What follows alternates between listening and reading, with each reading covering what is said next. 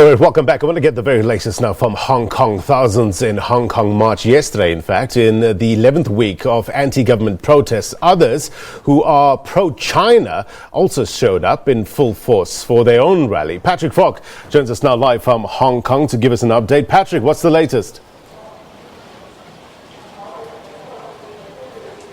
Well, you know, this umbrella is their symbol of defiance, and today there is a sea of umbrellas behind me. There's, of course, a lot of heavy rain going on here in Hong Kong today, and people are trying to stay under cover the best they can. You know, the main rally is taking place at Victoria Park, which is still, you know, a kilometre and a half away from where I'm standing. And they were actually told today that the gathering had to stay inside the park but it's been so big that, you know, it's all just spilling out onto the streets all around us, and you know, it's obviously going to go on for several hours. And it really is remarkable in many ways that people are still coming out, you know, week after week. As you said, it was the 11th weekend in a row that these protests have been going on, but people haven't been deterred by the rain or anything else, or the threats that are coming from Beijing of potentially having troops come in to deal with the situation. And in many ways, this is also a bit of a pushback to the pro-police rally that took place yesterday, which they claim had as many as 500,000 or close to 500,000 people take part in. You know, so we've got big numbers coming out today, and these people want to know that they won't be drowned out. Yeah, Patrick, you're talking about these so-called threats from Beijing with regards to troops. How's that being received from those protesters there? Well, you know, I think a lot of people are talking about it and people are worried, but that's not stopping the protesters from coming out. They don't see that there's any other option. But I would say that, you know, I think they are taking a slightly different approach after what happened at the airport this week, which I think a lot of people would say, you know, would agree that was bad and didn't give the movement a good image. There's a very big focus on keeping things peaceful yesterday and today. There were some skirmishes yesterday that received a lot of media attention, of course, but you know, I think there was a very really a relatively small group involved in that. For the most part, it's been incredibly orderly, and you know, people at the park today were saying that it's very important indeed that things remain peaceful, and so long as they do, there is no reason for Beijing to intervene with force. You know, I was just watching the Twitter feed of US President Donald Trump in the past. He's been tweeting a bit about the situation. Are people aware of this? Are they following him on Twitter in terms of what is he saying? And what are they saying is his possible endgame here? Well, people are talking about the end game. You know, I think a lot of people have been a bit confused about what Donald Trump's message is exactly. You know, he, you know, at one point seemed to suggest that he should have a meeting with President Xi to try and find a solution to what's happening. He then later clarified. Sorry, it's very noisy behind me. There's a police vehicle that's just coming through. But, you know, he then later clarified that what he meant was for President Xi to come and meet with the protesters, which is really a very far-fetched idea, not least because, you know, there's no leaders as such to this protest movement.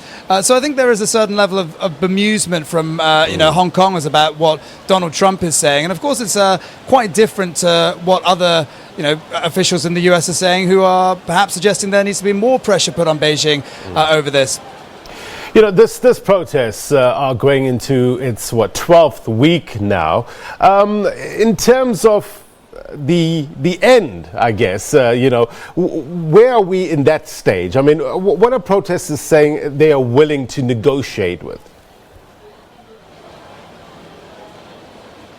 Well, it's one of the questions I've been asking, you know, just over the last couple of days, whether there is any room for compromise. But, you know, one of the main rallying cries here today is which essentially means each and every single one of their 5 demands needs to be met. So it does seem as though there is very little room for compromise, you know, both on the part of the government and on the part of the protesters. But I think the important thing now, if there is going to be any compromises, there needs to be dialogue, and there just simply isn't any of that at the moment, and a real lack of leadership from the Hong Kong government as well. Patrick, I assume the people that are behind you have day jobs. When they are out protesting during the week and weekends, is the economy suffering?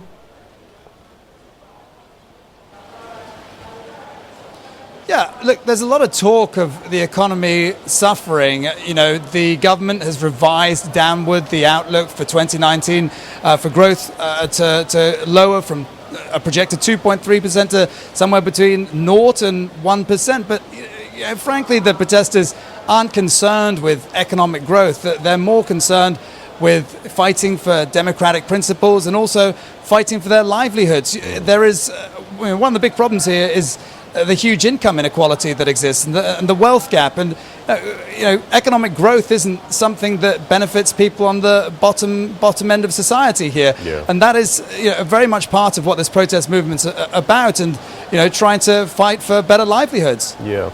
Yesterday, Patrick, we were talking about protesters on either side. Now we saw this counter-protest trying to win the hearts and minds of international observers, and I guess it's a largely a PR battle here as well, to try win favor of the international community.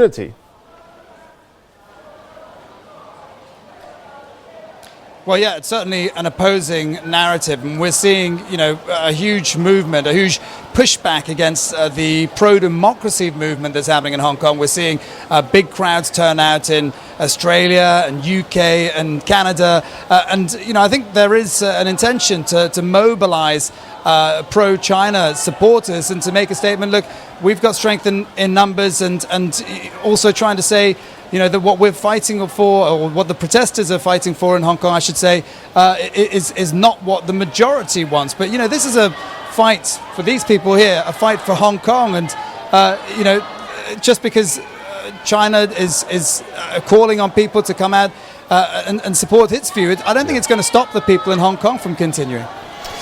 Just a quick update with regards to Hong Kong International, Patrick. Is everything running normally there?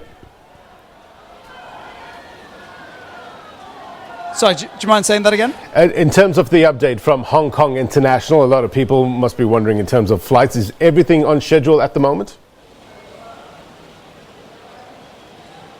As far as we understand, transport, certainly in terms of the airport, air travel is very much back to normal. There's still, it's been a real upheaval for travellers this week in Hong Kong, and an upheaval for one of the main airlines, Hong Kong's flagship carrier, Cathay Pacific. Rupert Hogg, the CEO of the company, had to step down quite dramatically on Friday, following what's been a very difficult week for Cathay Pacific, and it certainly seems to be linked to the protest movement, and Beijing has been putting pressure on a lot of businesses to get in line and show its support for China's stance. Patrick, appreciate the update. Thank you very much indeed for your reporting. Patrick Fogg there in Hong Kong. Well, the